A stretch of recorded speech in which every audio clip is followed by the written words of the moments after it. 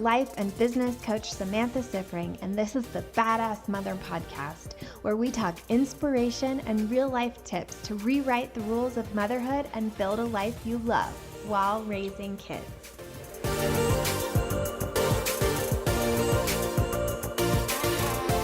Hey mamas! Welcome to episode 29. I know I say this every week, but I'm still totally blown away by the fact that we are here. It's been 29 weeks together and we're still going strong and it keeps growing. Huge thank you to everyone who has been listening and downloading and leaving me ratings and reviews wherever you're listening. Those are amazing to read and look at, and I've been enjoying lately watching the growth of the audience as time goes by and just seeing more and more of you joining me over here. So I just thank you so much for thinking highly enough of this podcast and me to have it in your regular rotation. It means so much to be joining you on your commutes, out on the treadmill, wherever you're listening. Thank you so much for bringing me along with you. If you have been a loyal listener, or even if you just discovered me and you haven't connected with me yet, I would love to have you join me over on Facebook, either on my business page or in my Facebook group. The group is called Online Business Building Mamas. And I would absolutely love to have you join me in there. Just leave a little note when you join that you are coming over from the podcast. I would love to hang out and meet you and get to know you over there. I also wanted to just talk a little bit about an experience that I had this past week, and I hope that it will really inspire you to make a decision if you've been stuck in some indecision. So about a year ago, when I was first shifting into business coaching from life coaching and really honing that niche and looking for some of the first mamas who wanted to work with me on building their businesses, I did a consult call with this woman who had built a successful business before and kind of had a couple ideas of different businesses that she wanted to start, and she wasn't really sure which one to pursue. So on our consult, we talked about that, and she really wasn't ready to jump into coaching at that time because she hadn't made that decision yet, didn't feel like she was ready to make it, wanted to think some more before doing any coaching. So I've been running into this woman in Facebook groups periodically over the past year, and every single time she is still asking questions about which business to start. Like every time it seems like there's a new business idea, a new thing that she's kind of investigating, but not taking action on. And I just saw her again, and it made all of this come back up for me that it's been almost a year since our original conversation with each other. And I was just completely heartbroken by this, by the fact that she has been paralyzed in indecision for the past year. And I just know how much my business has grown, how much the businesses of my clients have grown in that amount of time, and know that that could have been her too if she simply would have made that decision. So I wanted to share that story, not to shame her or anything, because it is a very common place to be where we aren't sure what to do and we do have that indecision. But I encourage you to realize there's no wrong answer here. You truly can choose and pursue something and then make some tweaks as you go. You know, in my story, for example, I started as a life coach and now I'm really heavily focused on business coaching and mindset coaching for entrepreneurs. And that has been an evolution. It was change over time.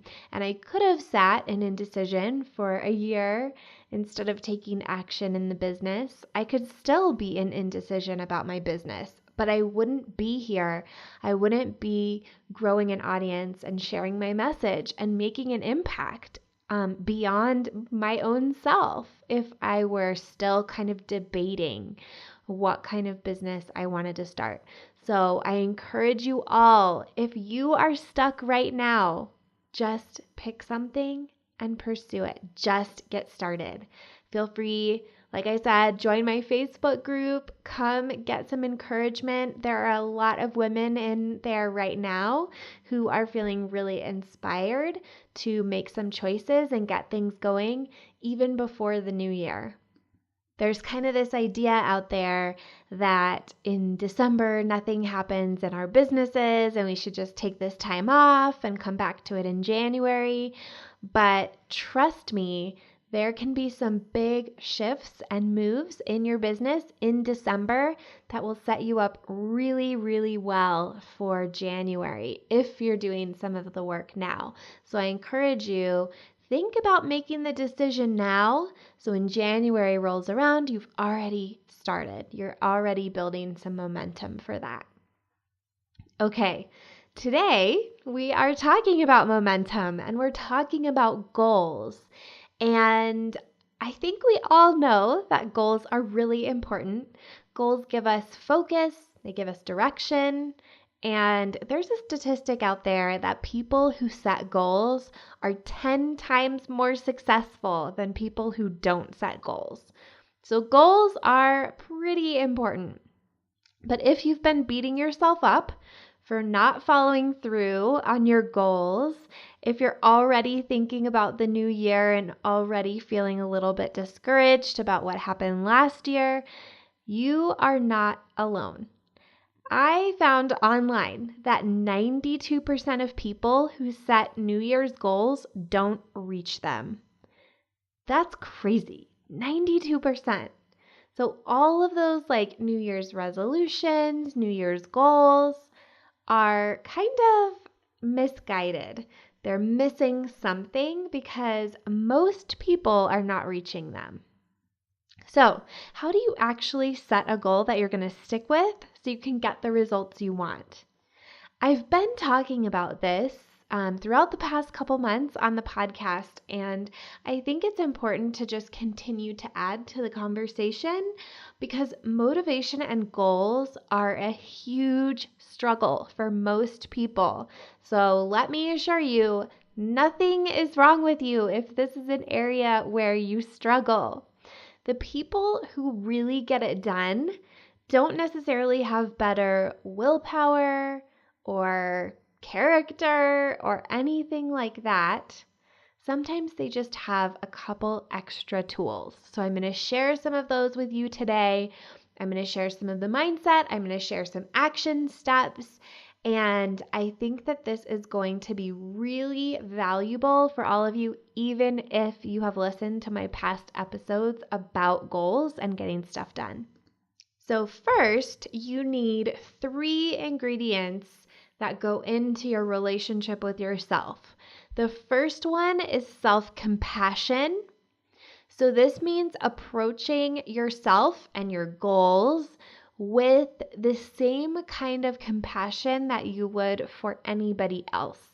So, if you think about your child and they're trying to learn something new or they're trying to work towards a new skill and they're not very good at it, you're not going to tell them like, you'll never be able to do that. You suck at this. You would never say something like that. But for some reason, we tell ourselves those kinds of things.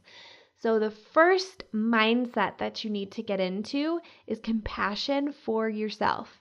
You need to think of yourself just as a human, not as some deeply flawed individual. And you need to realize that compassion is going to get you further than hate and beating yourself up. Next, you need self-integrity. So in a past episode where we talked about getting stuff done, I talked about the importance of your relationship with yourself. and how setting an appointment with yourself in your calendar to get something done and then following through is the number one best way to grow your confidence. It also builds self-integrity.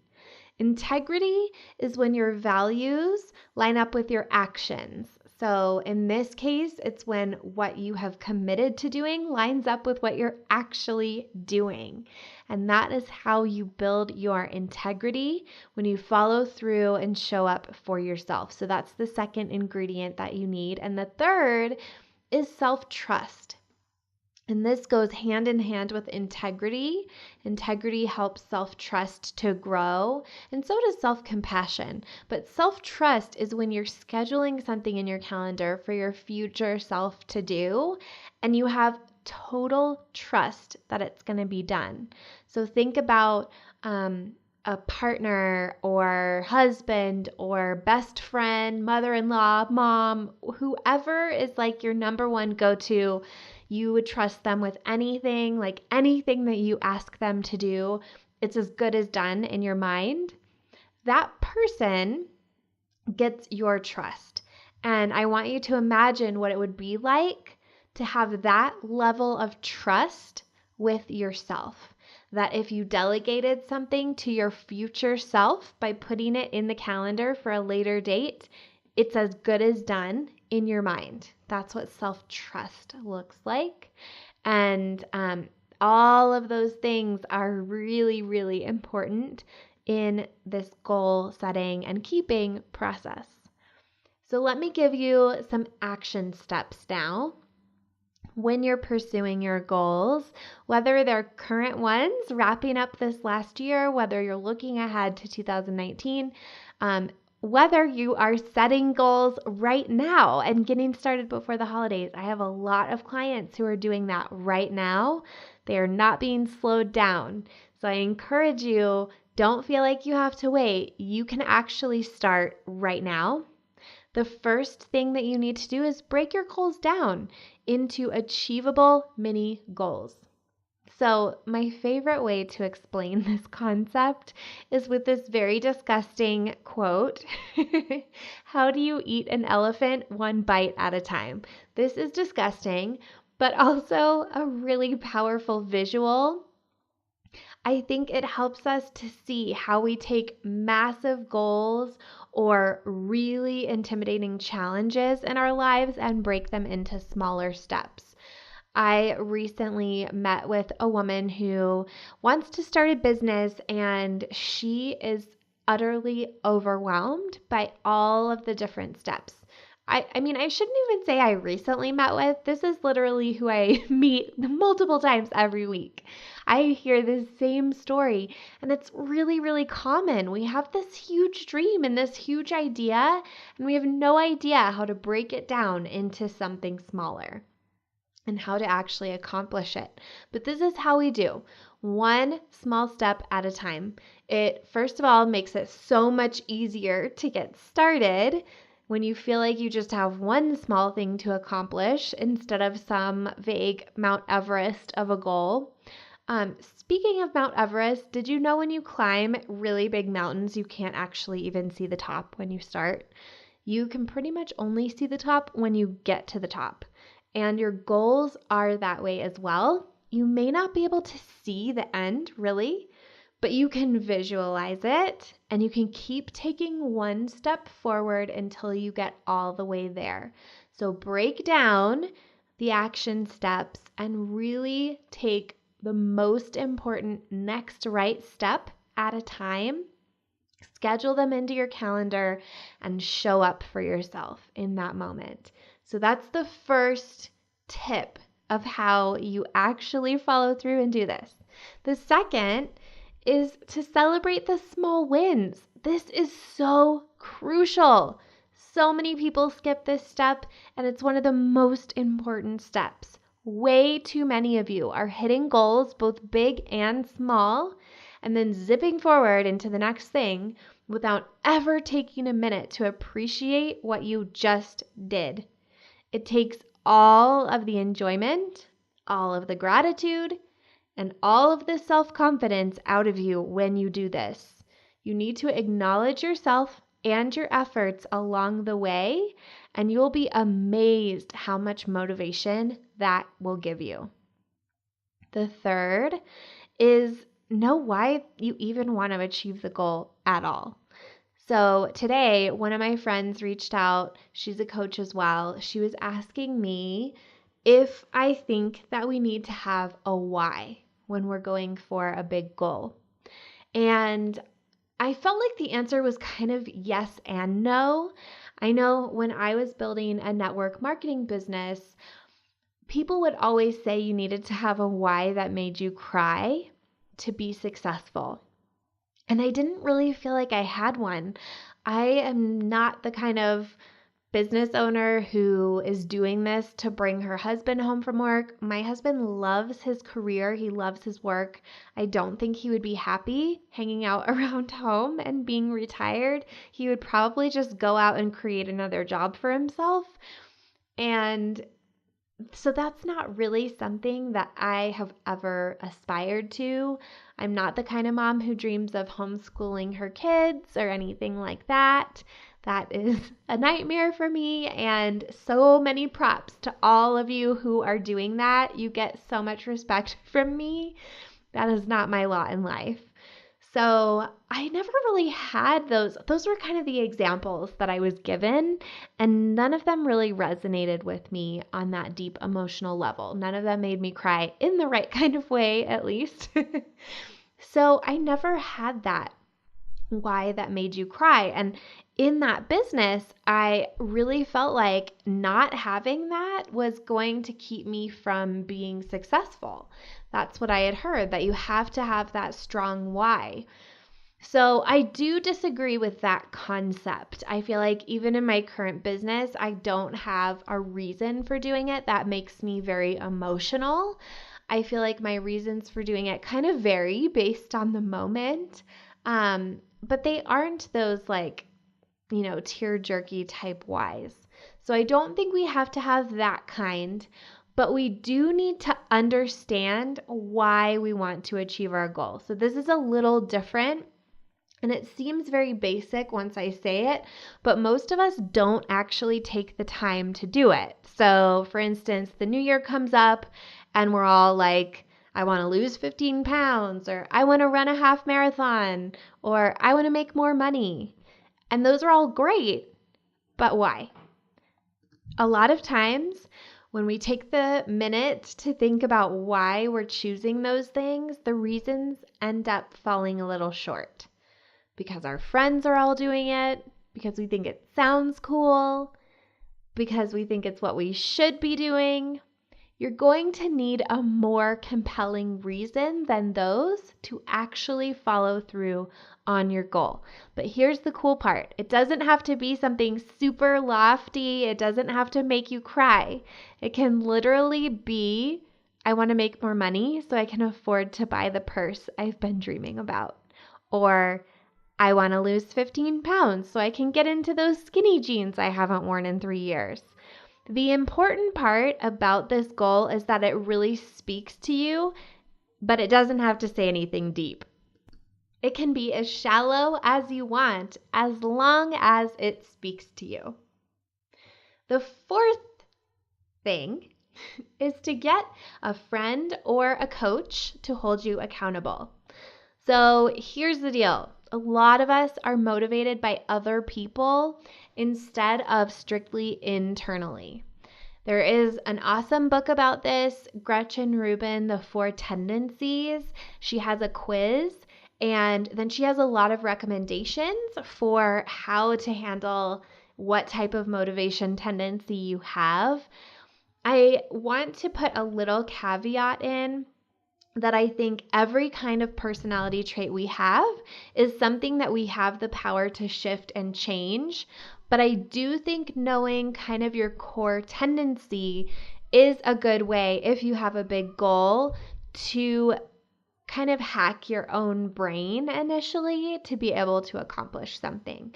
So I think if you are one of these people who is motivated a little more by other people versus internally, that would be a really good step for you to take. And then for any of you, reading that book would be a very enlightening thing if you haven't already.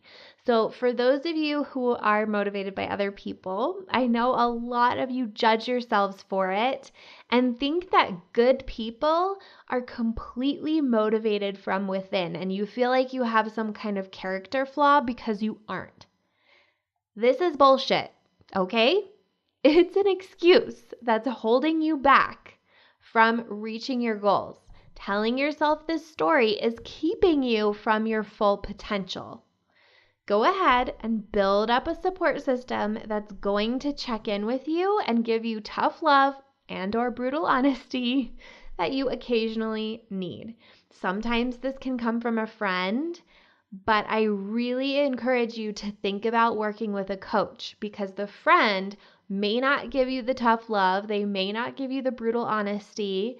If they have the same goal as you, forget it. You guys are going to be going down off the wagon before too long with each other, most likely. And paying for a coach, I have found, is some of the biggest motivation out there, because it's not just another person that you have told that you're going to do this and want to do this and you want them to check in with you. It's somebody, first of all, that you're paying, so they're motivated to follow through on asking you about your goals. But second of all, you may not be willing to lose that amount of money and get no result from it. So putting the money in is a very powerful motivator, and you want to make sure you're putting enough money in that you're not willing to lose it without the result. So if you're paying like $100 and that is something you're willing to lose, like you're more willing to lose $100 than be uncomfortable to follow through on your goal, you're not paying enough.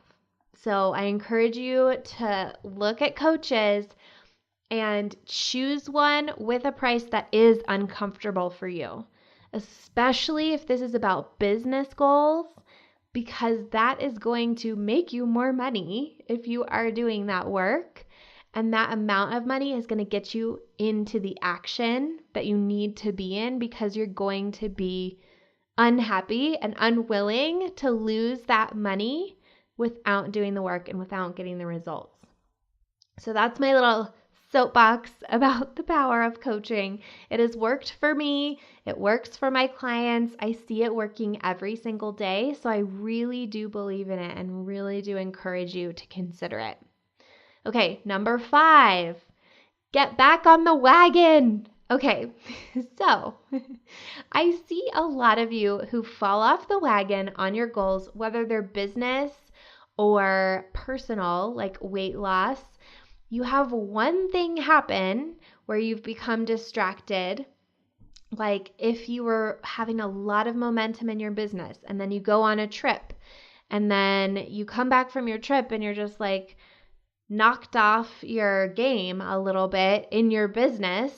So you think, okay, well, I guess I'm just taking a break now. Like I can't get back in. You have this whole story going on. It's the same for people who maybe on like a diet or something trying to lose weight, or maybe on an exercise program and they don't do it for a couple days.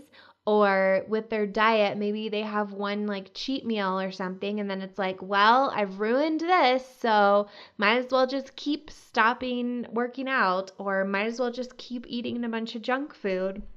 When really, falling off the wagon for one meal or a couple days or like a week in your business is not going to derail stuff. What's going to derail stuff is when you use that one fall and turn it into a longer period of time. So I encourage you, if this has happened to you, if this is a tendency you have, be really aware about this. Be aware of the stories you tell yourself to justify staying off the wagon, because our brain has 3 main goals, main drives in it. The first is seeking pleasure. The second is avoiding pain. And the third is using as little energy as possible. So when you have fallen off the wagon, it is so much easier in all of those ways to stay off the wagon. And it uses up all of those things. It's not pleasurable, it is painful, and it does use energy to get back on the wagon.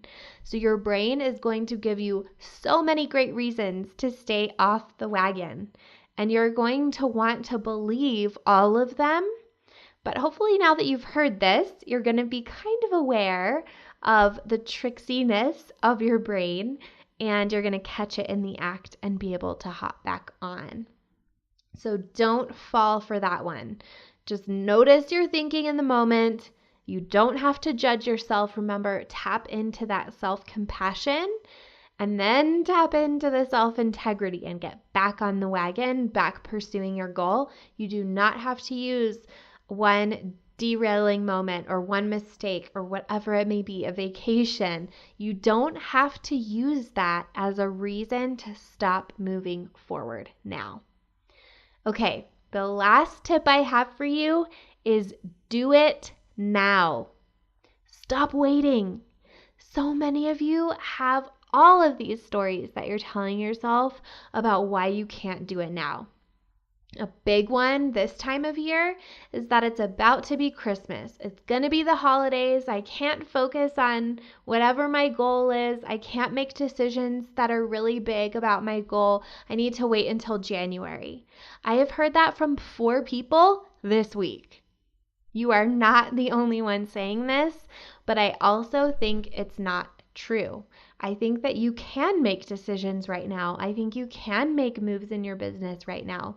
I think that you can move forward. And it doesn't mean that you have to work on Christmas or anything like that. Schedule it all in and keep moving forward. You think other businesses just take all of December off? No. They're still working. They're still getting stuff done. You can make a lot of decisions right now and then know over the holidays you can totally relax because all of your plans are set up for January. So if that's been you making some excuses, waiting for the perfect time, I want to tell you there is no perfect time. There's no perfect time in your business or in your life to do anything. There's no perfect time to start a diet and start losing weight. There's no perfect time to start your business or to grow your business or to move in a new direction in your business. There's no perfect time to have kids. We all know that.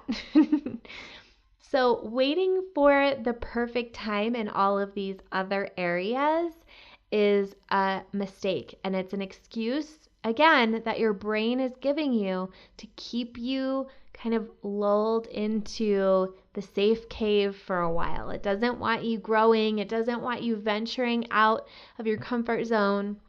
It wants to keep you knowing or doing what you already know. It wants to keep you on the couch with Netflix and the chips and waiting for another day to pursue your goals. So do not fall for that. Okay, mamas, I hope you are feeling really inspired to get out there and kick some butt, chase your goals, take a little time off for the holidays for sure, but not totally stop pursuing the things that you want to pursue, because you truly deserve to have what you want in your life, and you can create all of those things for yourself.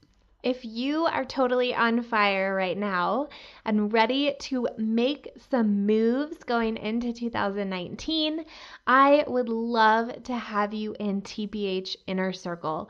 Registration is open right now, so you can go to tbhcoach.com/inner circle to get more information and sign up. Inner Circle is my monthly membership program that will help you with personal and business development. There's amazing marketing resources in there.